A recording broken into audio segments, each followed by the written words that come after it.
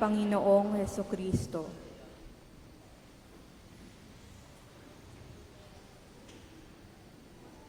Magandang hapon po sa inyong lahat. Hello. Hi. Kung mahal ng mga magulang ang kanilang mga anak,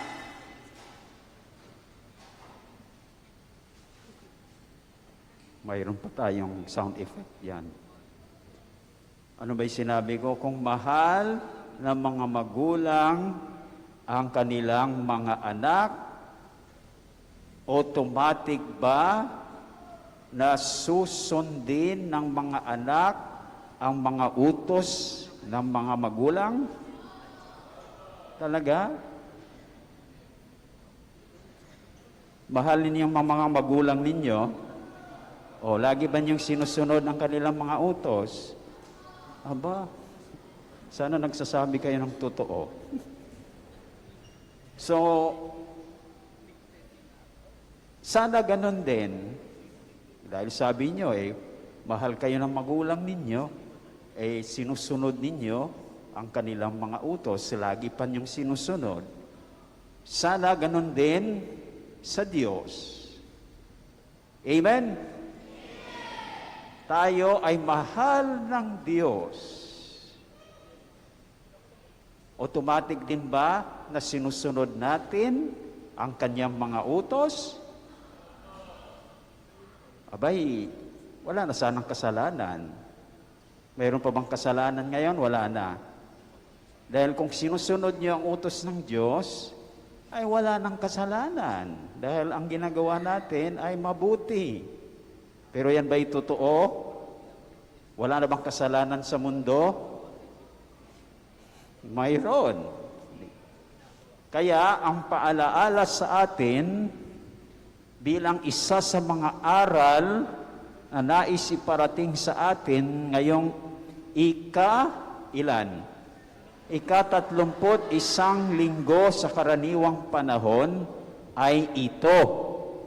Mahal tayo ng Diyos.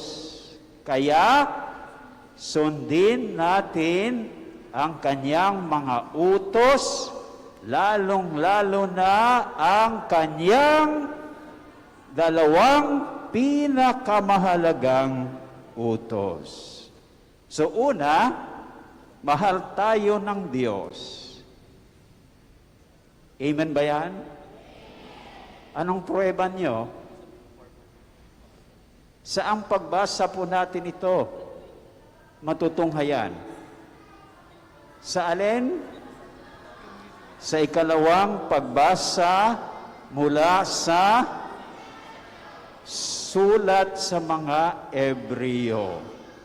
O sa pagbasang ito, paano ipinakita ng Diyos na tayo ay mahal niya? Hinirang niya si Jesus. Sino si Jesus? Kanyang anak. Kita mo, kahit yung anak niya, ibibigay niya. So, hinirang niya si Jesus, ang dakilang saserdote, para lubusang maililigtas ang lahat na lumalapit sa Kanya. Anong halimbawa ng tayo ay lumalapit sa Diyos? Very good. Kayo ay lumapit ngayon dito sa inyong pagsimba. So, yung paglapit ninyo, dahil kayo lumalapit sa Diyos, ay kasi kapag kayo ay laging nagsisimba, laging lumalapit sa Diyos, kayo po ba ay maliligtas? Yes. O, kita nyo? So, yung lahat ng mga lumalapit sa Diyos, sa pamamagitan niya, ay maliligtas. Kaya ganyan ang pagmamahal sa atin ng Diyos. Ngayon, Mahal tayo ng Diyos, kaya dapat nating sundin ang kanyang mga utos. Tama? O saan namang pagbasa natin yan na tunghayan? Sa unang pagbasa, very good. Mula saan? Very good. Sa aklat ng Deuteronomio. Galing mo, nagawa na, pronounce mo yan. Paminsan nagkakamali ako dyan Deuteronomio. Ano bang nasasabi dyan? Si Moses ay mayroong sinabi sa mga tao patungkol sa Diyos. Anong sinabi?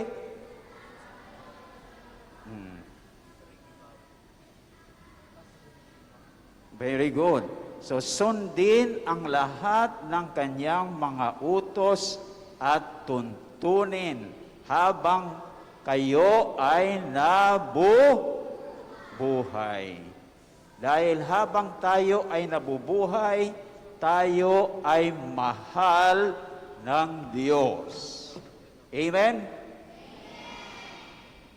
So, maliwanag na dapat nating sundin dahil mahal tayo ng Diyos. Sundin ang kanyang mga utos. Ikatlo, sundin lalo ang kanyang dalawang pinakamahalagang utos. Saan namang ebanghelyo, saan naman ang pagbasa natin ito na tunghayan?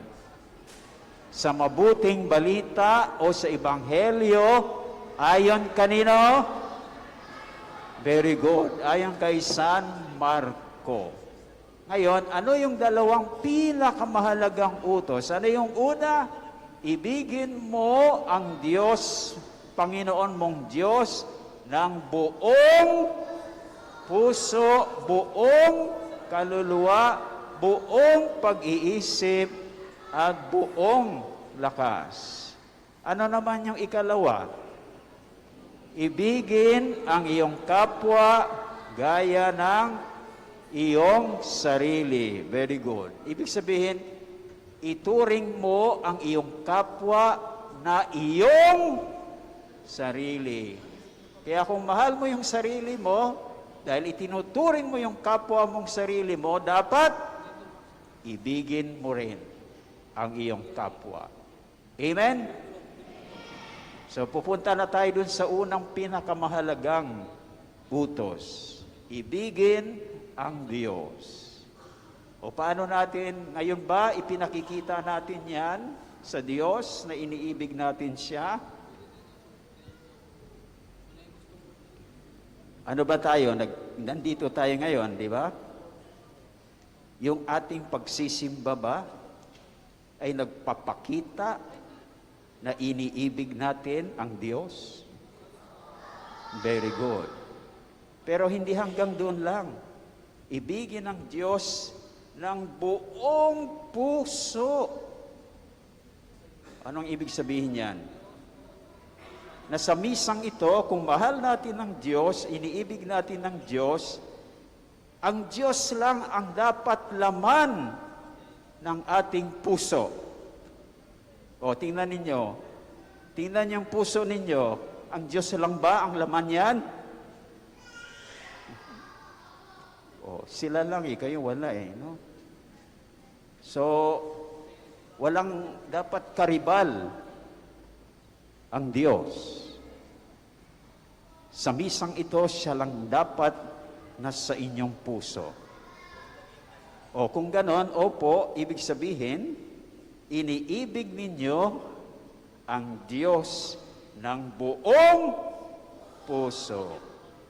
Ikalawa, ng buong kaluluwa. Ang kaluluwa, ano ba yung kaluluwa? Ang kaluluwa ay ang ating buhay. Nakuha nyo? Kapag humiwalay na sa atin ang ating kaluluwa, anong mangyayari? Patay. Di ba? Patay tayo. Kaya, sa misa, ipinakikita nating iniibig natin ng Diyos kapag ng buong kaluluwa, kapag hindi tayo patamlay-tamlay, papatay-patay, patulog-tulog, o kawalang kabuhay-buhay sa misa. Dapat, kailangan buhay na buhay. So kung buhay na buhay tayo, dito sa banal na misa, iniibig natin ang Diyos ng buong kaluluwa. Ang pangatlo, ibigin ng Diyos ng buong pag-iisip. So ang ibig sabihin niyan, sa misang ito, iniibig natin ng Diyos dahil ang ating iniisip lamang ay ang Diyos. Kaya kanina sa liturgy of the Word, liturhiya ng salita ng Diyos, kung hindi tayo nakinig, ibig sabihin wala yung isip natin doon sa salita ng Diyos. Amen? So kung gano'n ang ginagawa natin, hindi natin mahal o iniibig ang Diyos ng buong pag-iisip. Panghuli, ano yung panghuli? Buong lakas. So sa misang ito, mahal natin ang Diyos ng buong lakas kung tayo ay sumasagot ng malakas. Kayo ba'y sumasagot ng malakas? Kung tayo ay kumakanta ng malakas. Amen na daw. So kayo ba'y sumasagot sa misa ng malakas? Kayo ba'y kumakanta ng malakas? Kung gayon, iniibig ninyo ang Diyos ng buong lakas.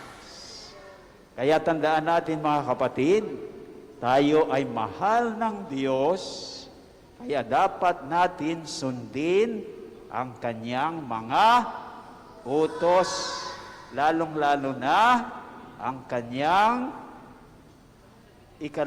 Kanyang dalawang pinakamahalagang utos. Dahil kapag ginawa natin yan, tayo ay hindi lamang malapit na mapapabilang sa mga pinaghaharian ng Diyos. Tayo ay pinaghaharian na o napapabilang na sa mga pinaghaharian ng Diyos. Amen?